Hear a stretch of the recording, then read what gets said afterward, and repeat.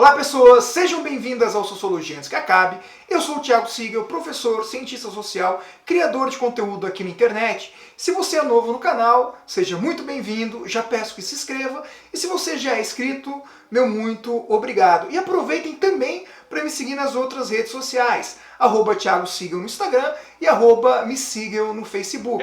E no vídeo de hoje vamos falar um pouquinho sobre as formas ou as diferentes formas de organização do Estado.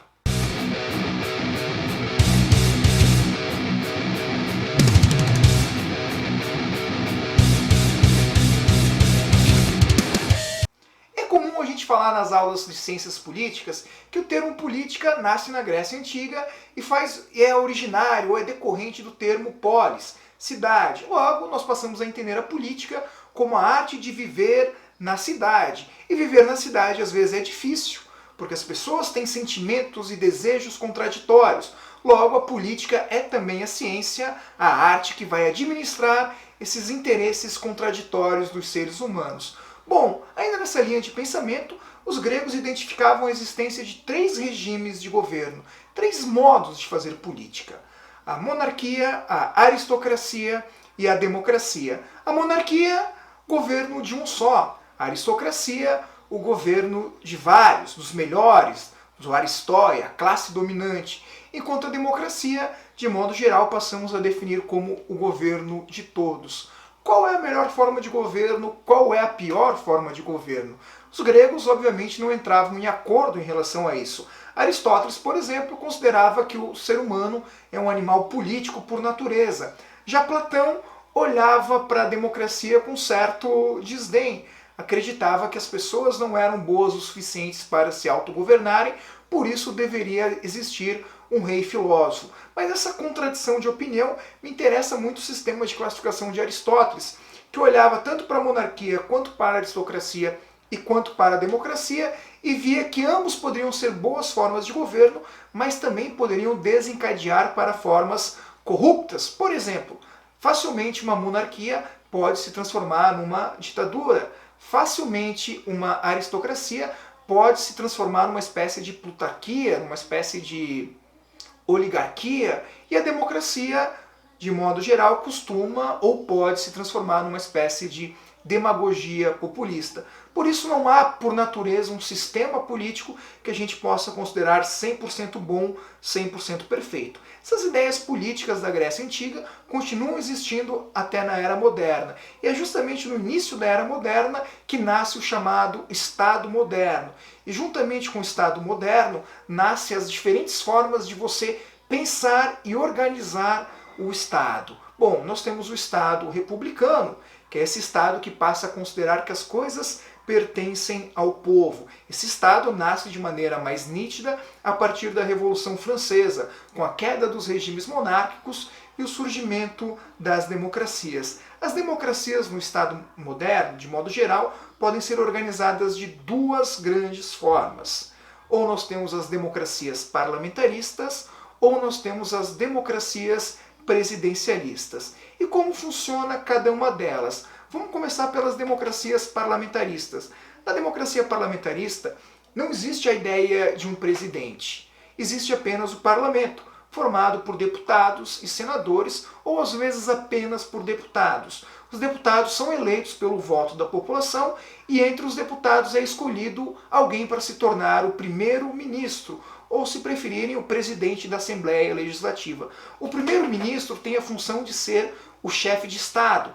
Ele que vai representar o país fora e é ele que também que vai liderar as pautas, as leis para serem votadas ou não dentro do parlamento. De modo geral, o primeiro-ministro governa junto com uma equipe escolhida por ele, formada por secretários. Nós temos grandes exemplos de países parlamentaristas ao redor do planeta. Talvez a democracia parlamentarista mais consolidada na história seja a democracia britânica, a Inglaterra.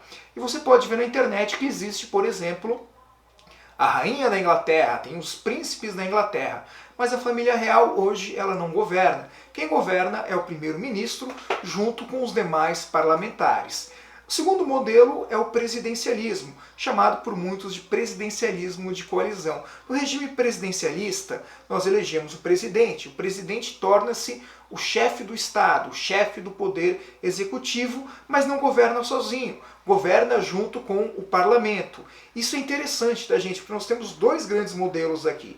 Existe o modelo unicameral e o modelo bicameral de democracias presidencialistas. No modelo unicameral existem apenas os deputados. No modelo bicameral, como é o caso do Brasil, nós temos os deputados e os senadores. Deputados e senadores formam então o poder legislativo, aqueles que têm a responsabilidade de criar as leis. E também não governam apenas eles com o presidente. Existe também o terceiro poder, o poder judiciário, formado por juízes, por ministros, por desembargadores, que são os responsáveis por aplicar as leis. E dessa forma funciona uma democracia presidencialista, com a integração entre esses três poderes.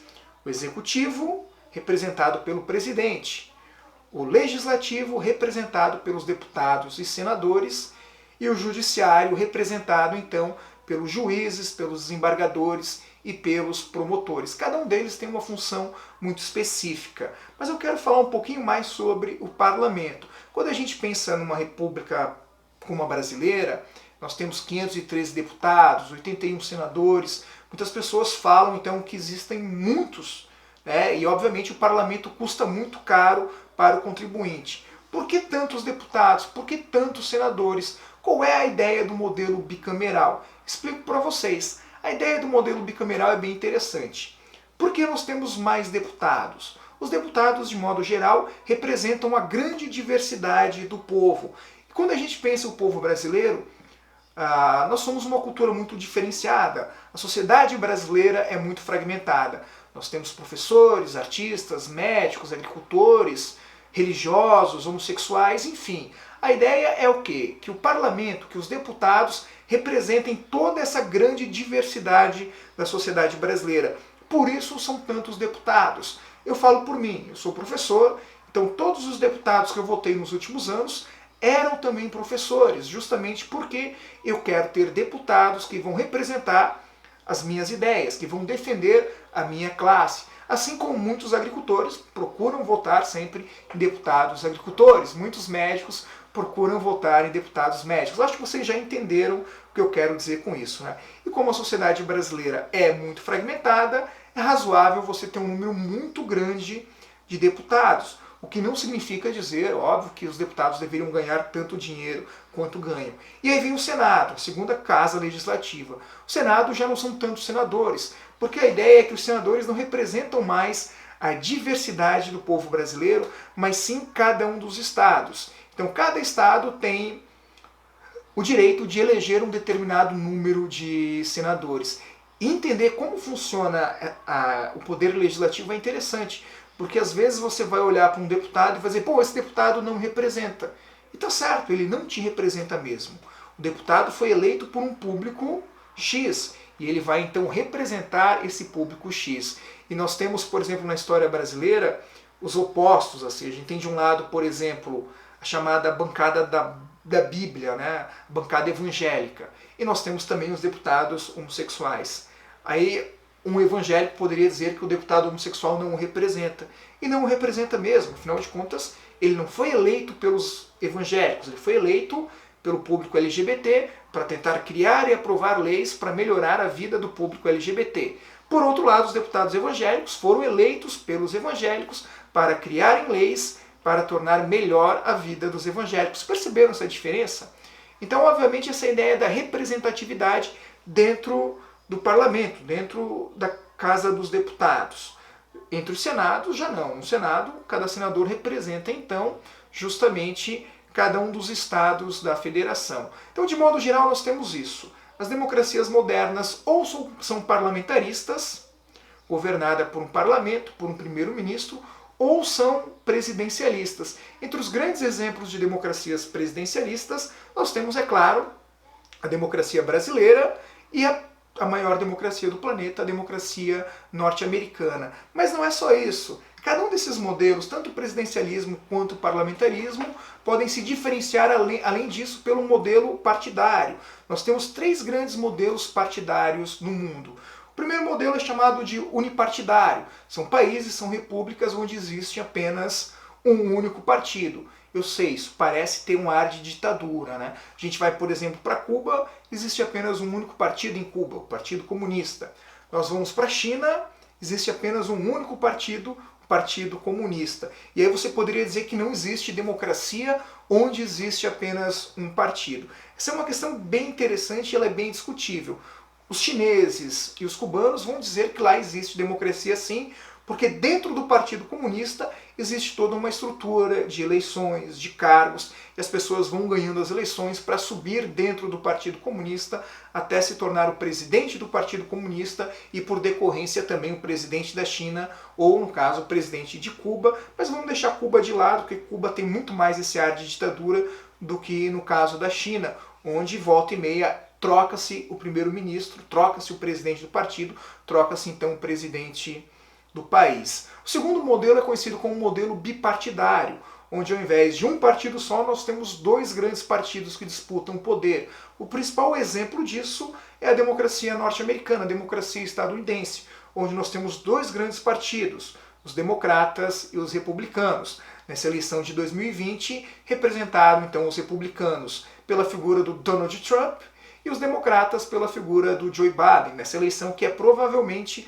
a eleição mais importante desse início de século. E o terceiro modelo partidário é o que nós temos no Brasil, conhecido por multipartidarismo, onde nós temos diferentes partidos em diferentes espectros políticos e depois esses partidos se unem para formar aquilo que nós chamamos de presidencialismo de coalizão. De modo geral, muitas pessoas criticam o modelo monopartidário, criticam também o modelo bipartidário, mas existe uma crítica muito forte no modelo brasileiro, nesse modelo multipartidário, porque entende-se que a existência de muitos partidos abre um grande espaço para a corrupção, para a criação de partidos de aluguéis, ou seja, de legendas que não têm interesse realmente em disputar as eleições, mas que apenas querem, digamos assim, uma boquinha do poder, uma boquinha da verba pública, da verba de campanha e assim por diante. Bom, espero que você tenha gostado desse vídeo, espero que você tenha entendido um pouquinho melhor a organização do Estado moderno, os modelos parlamentaristas, os modelos presidencialistas